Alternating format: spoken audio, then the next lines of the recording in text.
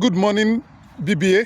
Yeah, good morning, Kay. Good morning. I believe you are cool. I'm good. Yeah. Okay, BBA. Sorry to bother you this morning, Yeah. but I just want to ask you a question. Okay. The question is very straightforward. The question is, I want you to talk about global corruption. Yeah. Corruption is not the identity of a particular nation.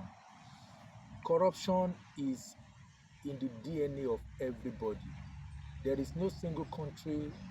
I haven't studied some books. I haven't studied some economists. I've been in the UK for almost a year now, and I've been able to see that corruption is everywhere. Corruption is in America. I have friends that spoke to me just about 2 weeks ago and told me about huge corruption that have been swept under the carpet in America. So there's corruption in Australia, there's corruption everywhere.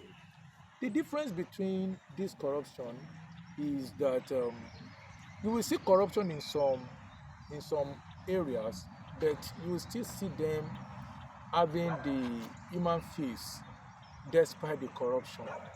And when corruption is in place, they still put value to the lives of human beings ahead of the corruption. But in some part of the world, they don't value human lives.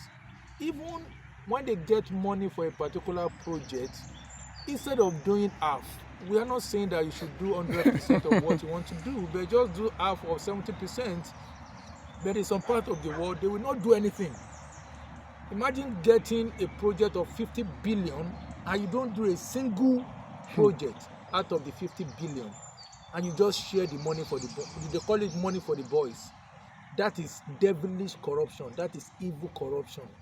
But in the corruption in some part of the world whereby you have 50 billion worth of project and you do 40 billion or you do 30 billion and you embezzle the other 10 billion, but people can still see what you have done.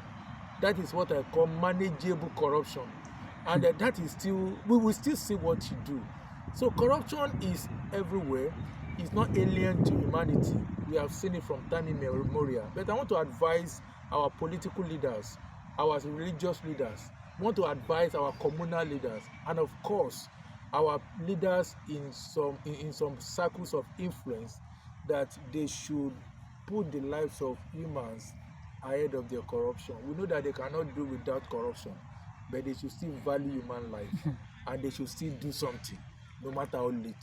Thank you. So, in one word, we can manage corruption. You can manage it if you still do something, not that you not do anything. And Okay. we just see that you have done a logo and you have spent billions of naira to do a logo, and we have not seen the substance for 5 years. I know your viewers will have one or two things to say. Yeah. So let's leave your viewers to also Absolutely. give out their comments. Thank you. Thank you for your time. Thank you. We appreciate. Hallelujah.